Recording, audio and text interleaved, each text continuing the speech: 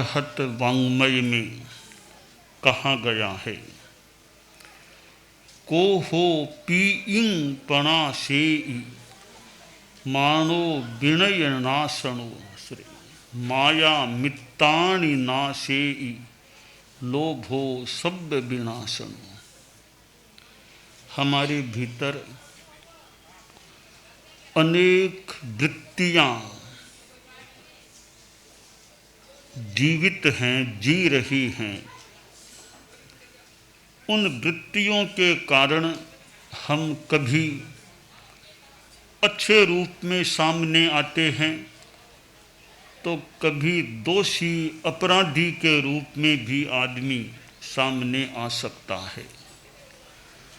हमारे भीतर में जो वृत्तियां हैं वे सद वृत्तियां भी हैं और असत वृत्तियां भी हैं। सत वृत्तियों में शांति का भाव, क्षमा का भाव, निरहंकारता, सरलता, संतोष, इनको मैं सत वृत्तियां कह रहा हूँ। और असत वृत्तियों में गुस्सा, अहंकार, माया, लोभ, काम, ये असद वृत्तियां हो जाती हैं। तो गुस्सा भी, कोप भी एक वृत्ति है। कोपः शत्रुर मनुष्याणाम्, गुस्सा मनुष्यों का शत्रु होता है। शत्रु भले है, कभी कभी आदमी में गुस्सा भी आ जाता है। और गुस्सा कभी मन में आता है, वाणी में आदमी नहीं बोलता, शरीर से कोई ऐसी आक्रोशपूर्ण चेष्टा नहीं करता, पर मन में थोड़ी तेजी, गुस्सा आ जाता है। विवेक से आदमी वाणी पर कंट्रोल रख लेता है, हाथ आदि पर कंट्रोल रख लेता है, मन में आ जाता है।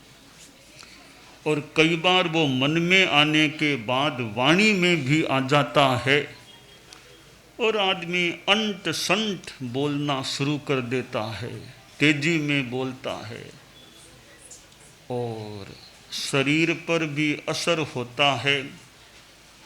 लाल पीला हो जाना और फिर हाथ का प्रहार के रूप में उपयोग करना, कोई चीज फेंकना, मारपीट करना, यह फिर शारीरिक चेष्टा भी आक्रोश युक्त हो जाती है। तो गुस्सा तीन प्रकार का हो जाता है। केवल मानसिक गुस्सा, फिर मानसिक तो है ही, फिर वाचिक गुस्सा और कायिक गुस्सा। इस गुस्से को आदमी कम करने का, कृश करने का प्रयास करे। कैसे शांति में रहा जा सके, क्षमा भाव में रहा जा सके। दूसरा कोई आलोचना भी कर दे, कोई निंदा भी कर दे, कोई लिखित में ऐसी वैसी पैम्पलेट आदि में बातें छपा दे, कुछ भी कर दे, फिर भी इधर वाला व्यक्ति शांति में रहे। कोई कुछ भी गालियां भी बोल दे तो भी शांति में रहना। तो गुस्सा प्रेम का नाश करने वाला होता है। प्रीति का नाश गुस्सा करता है। आपस में प्रेम है पर गुस्सा करेंगे तो प्रेम का संबंध टूट सकता है। कि राम लक्ष्मण की जोड़ी है, भाई भाई के लिए कहती हैं राम लक्ष्मण की जोड़ी है। हो सकता है बहुत अच्छा आपस में प्रेम है, सौहार्द है, राम लक्ष्मण की जोड़ी कह दें, पर कभी कभी वो राम लक्ष्मण की जोड़ी राम रावण की स्थिति में भी परिवर्तित हो जाए तो हो जाए। राम लक्ष्मण की जोड़ी कह दें, कोई राम भरत की बात कह दें कि राम और भरत में भी कैसा संबंध था। रामायण के थोड़े जानकार हमारे कई साधु साध्वियाँ थोड़े बहुत हो सकते हैं, संतों में भी संभव है, मुनि दिनेश जी जैसे। और तो राम लक्ष्मण की बात आती है, राम भरत की भी कुछ बात आती है, राम शत्रुघ्न की कोई विशेष बात संभवतः रामायण में उल्लेख, राम लक्ष्मण की तो है ही का, राम भरत की भी है, उत्तराधिकार के संदर्भ में राम भरत का भी वार्तालाप आता है। तो राम शत्रुघ्न इसका बहुत ही कम, जैन रामायण में तो बहुत ही कम या नहीं तुल्य सा वर्णन मिलता होगा। ज़्यादा राम लक्ष्मण की बात है, राम भरत की भी बात आती है। राम भरत का भी हम देखें, उत्तराधिकार जैसा महत्वपूर्ण मुद्दा पर भाई भाई में मानो मनुहार, राम कहते हैं भरत को लेना पड़ेगा, भरत कहता है नहीं भाई जी बैठे हैं मैं कैसे उत्तराधिकार लूँ। यानी दोनों में कितना एक मधुर मनुहार का सा संबंध। और कैसे आखिर रामचंद्र जी ने कहा और भरत को एक दशरथ जी का उत्तराधिकार स्वीकार करने का मानो क्रम बना।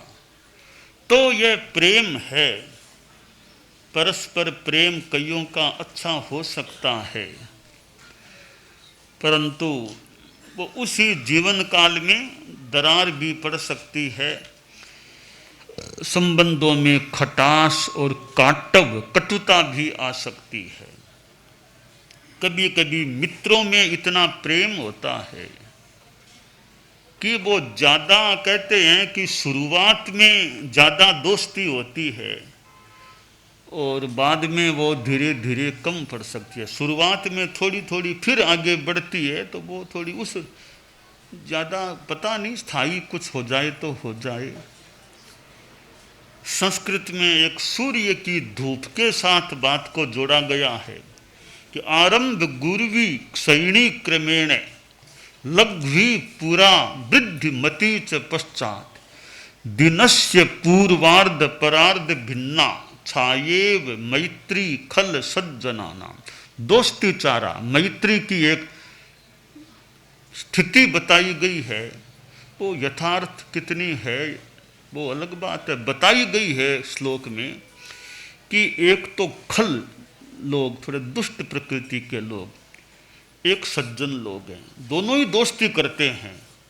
कि तो दुष्ट है खल है उसकी दोस्ती कैसी होती है और जो सज्जन आदमी हैं उनकी दोस्ती कैसी होती है।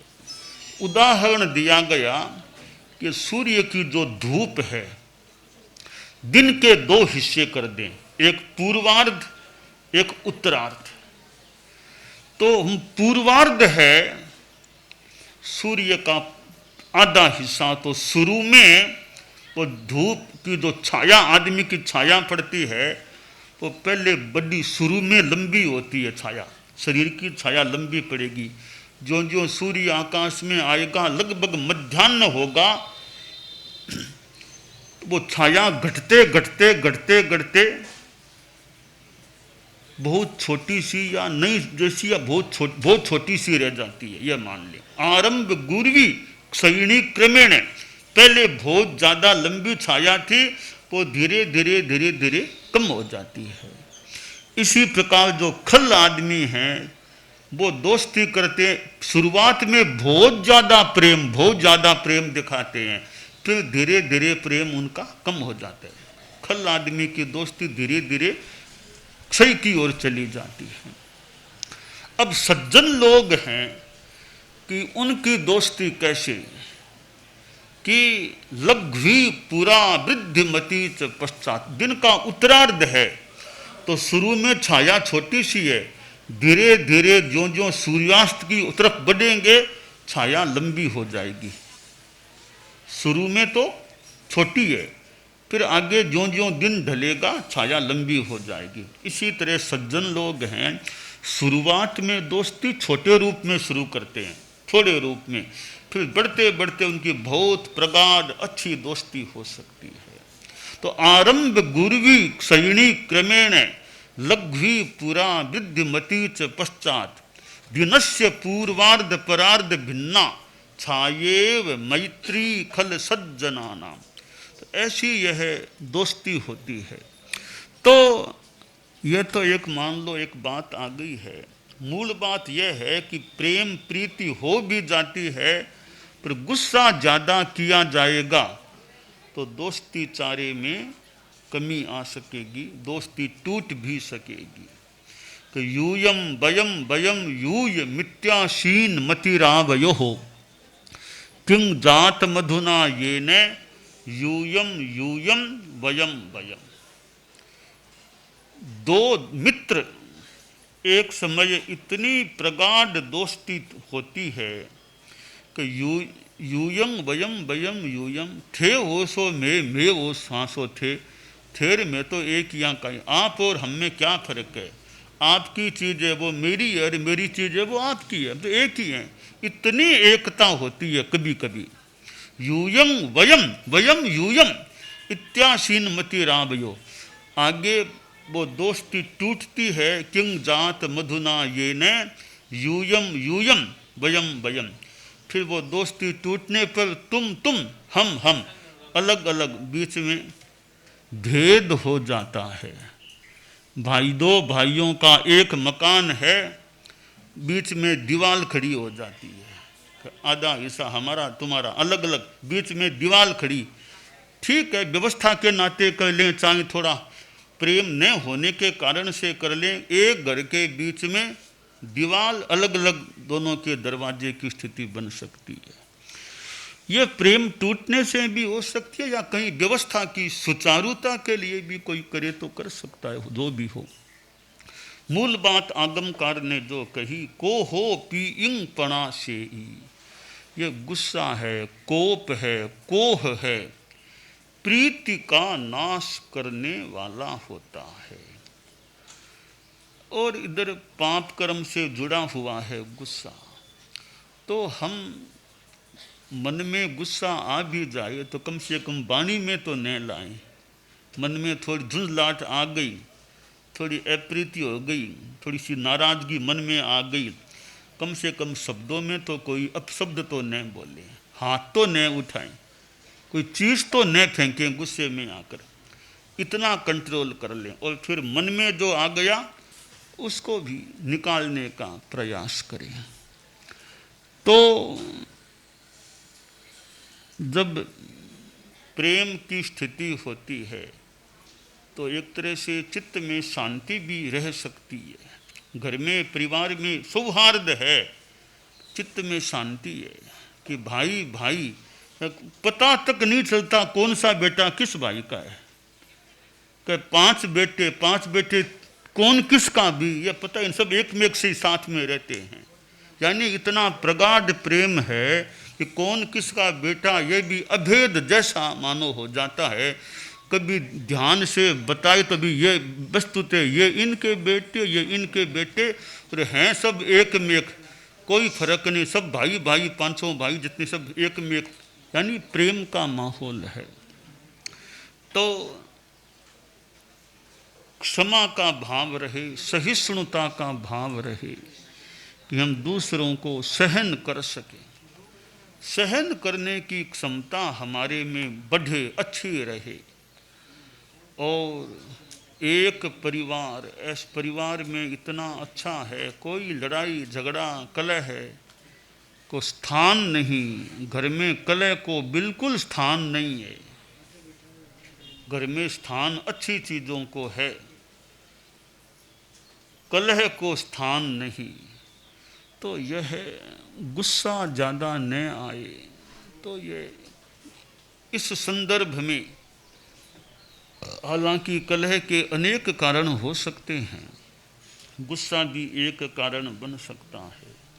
इधर स्वार्थ हावी हो जाए कि 3 भाई हैं, 4 भाई हैं, 5 भाई हैं, आपस में स्वार्थ जब हावी हो जाएगा, प्रभावी हो जाएगा, तो संबंधों में कटुता और दुराव आने की स्थिति बन सकेगी। एक भाई सोचे ज़्यादा मैं ही ले लूँ, ज़्यादा संपत्ति मैं ले लूँ, वो वैसा प्रयास करेगा, फिर दूसरे भाई भी थोड़ा दुराव कर सकेंगे। दूसरा है वो अन्य का, मतलब औरों का हित का चिंतन करता है कि बड़े भाई के प्रति सम्मान है, तो बड़ा भाई भी उनका थोड़ा ध्यान रखता होगा ना, तब सम्मान रह सकेगा। बड़ा भाई है, छोटे भाइयों का और भाइयों के बेटों का, परिवार का ध्यान रखेगा, उनके हित का चिंतन करेगा, उनकी चिंता भी यथोचित करेगा, थोड़ा अपना त्याग भी करेगा, तो छोटे भाइयों का बड़े भाई जी के प्रति ज़्यादा इज्जत, सम्मान, विनय का भाव रह सकेगा। बड़े भाई हैं वो खुद के स्वार्थ का ध्यान ज़्यादा देते हैं, बाकी छोटे भाइयों के हित का चिंतन नहीं करते, छोटे भाइयों के पुत्रों का ध्यान नहीं देते। वो ध्यान नहीं देंगे, खुद का स्वार्थ का ज़्यादा ध्यान देंगे तो हो सकता है आज प्रेम है, 2 साल 4 साल 5 साल 10 साल बाद वो छोटे भाई भी कुछ दुराव की स्थिति में आ सकते हैं। तो जहाँ त्याग है, दूसरों के हित का चिंतन है, आदमी दूसरों के लिए कुछ करता है, वहाँ भाइयों में भी अच्छा संबंध रह सकता है। तो हमने गुरुदेव तुलसी को भी देखा, मुनि श्री चंपालाल जी स्वामी को भी देखा था, भाई जी महाराज थे। अब तो हमारे संतों में तो बहुत कम होंगे, संतों में बहुत कम होंगे जिन्होंने भाई जी महाराज को देखा हुआ हो। ऐसे संत बहुत ही अलग, यानी गुरुकुलवास में, नारा में तो गुरुकुलवास में जो संत पने में उनको देख चुके हों, यहाँ तो कोई है नहीं वर्तमान में, यहाँ आज की डेट में गुरुकुलवास में जिन्होंने भाई जी महाराज को दीक्षा लेने के बाद देखा हो। शादियों में भी संभवतः मिलने मुश्किल हैं, लगभग वर्तमान के गुरुकुलवास में भाई जी महाराज को दीक्षा लेने के बाद देखा हो। तो हमने देखा था भाई जी महाराज को भी। गुरुदेव तुलसी के बड़े भाई होते थे, गुरुदेव तुलसी छोटे भाई थे। तो भाई तो अनेक मिल सकते हैं, पर भाई का आखिर संबंध कैसा है। और भाई साधु दीक्षा लेने के बाद तो सभी भाई है, मान ले दीक्षा ले ली तो संसार के संबंध की बात छोड़ दें, ये धर्म का संबंध है तो भी साधर्मिक भाई हैं, एक गुरु के शिष्य हैं, तो गुरु उस रूप में मानो भाई हैं। तो हमारे संतों का संसार का जीवन तो कईयों का थोड़ा रहा है, ज़्यादा जीवन तो अब ये धर्म का जीवन, धर्म संग साधु के रूप में ज़्यादा समय बीत गया। तो हम तो ये माने भाई संघ के हमारे साधु हमारे हम साथ हैं, उनको बराबरी ऐसे हैं, कुछ छोटे कुछ बड़े, वो हम भाई हैं, एक गुरु के शिष्य हैं या एक गुरु से दीक्षित हैं, जिस किसी रूप में कि हम तो साधर्मिक हैं, साधर्मिक भाई हैं। तो ये एक व्यावहारिक बात भी है, भी आपस में सौहार्दपूर्ण व्यवहार रहे, कि एक दूसरे का अपेक्षानुसार सहयोग कर सकें, एक दूसरे के काम आ सकें। और भाई होने का मतलब क्या है? एक दूसरे के काम आए तो भाई होने का मतलब है, काम नहीं आए मौके पर तो भाई होने का फिर क्या लाभ हुआ। कि साधर्मिक भाई हैं तो मौके पर काम आओ तो खास उपयोगिता है भाई होने की, मौके पर काम नहीं आते हो तो फिर क्या है। कभी आज चिकित्सा की ज़रूरत है और कोई ज़रूरत है, किसी को हॉस्पिटल ले जाना भी सहयोग करे तब तो भी हमारे भाई हैं, संघ के साधु साथ रहने वाले हैं, तब तो मूल्य है। ज़रूरत पड़े तब सहयोग नहीं करे तो भाई कहने को कह दो, फिर भाई होने का लाभ क्या हुआ। तो परस्परोपग्रहो जीवानाम, उमा स्वाति का बड़ा सुंदर सूत्र है, सिद्धांत की बात है। परस्परोपग्रहो जीवानाम, कि धर्मास्तिकाय मनुष्य आदि जीव पुद्गल के काम आती है गति सहायता में, अधर्मास्तिकाय भी स्थिति में काम आती है, आकाश ठहरने में काम आता है, काल वर्तन करता है, पुद्गल खाने पीने आदि में काम आते हैं। का छठा जीवास्तिकाय है, 6 द्रव्यों में जीवास्तिकाय दूसरों के क्या काम आता है। वो धर्मास्तिकाय को कोई सहयोग देता है क्या? अधर्मास्तिकाय को सहयोग देता है क्या? कहा नहीं, दूसरों को तो सहयोग नहीं देते जीव, तो क्या किसको सहयोग देते हैं? उमा स्वाति ने बड़ा सुंदर बताया परस्परोपग्रहो जीवानाम, जीव हैं वो जीवों का सहयोग कर देते हैं। एक जीव दूसरे जीव के काम आ जाता है, एक प्राणी दूसरे प्राणी का सहयोग कर दे। तो ये एक बड़ा एक व्यावहारिक और साथ में जीने का, संग में जीने का एक सूत्र हो सकता है कि परस्परोपग्रहो जीवानाम, जीवों का परस्पर आलंबन है। परस्पर आलंबन कैसे है?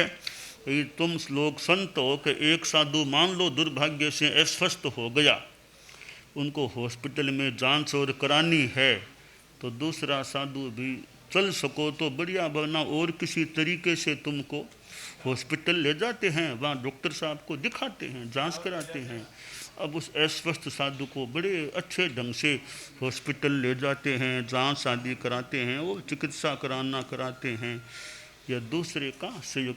वो जो साधु है कभी मौके पर वो भी वापिस सहयोग करते, तो परस्पर सहयोग, एक जीव दूसरे जीव का सहयोग करे, तो यह भाई होने का लाभ यह है भी कि एक दूसरे का काम कर सकें, एक दूसरे का मौके पर सहयोग कर सकें, तो भाई होने की सार्थकता है।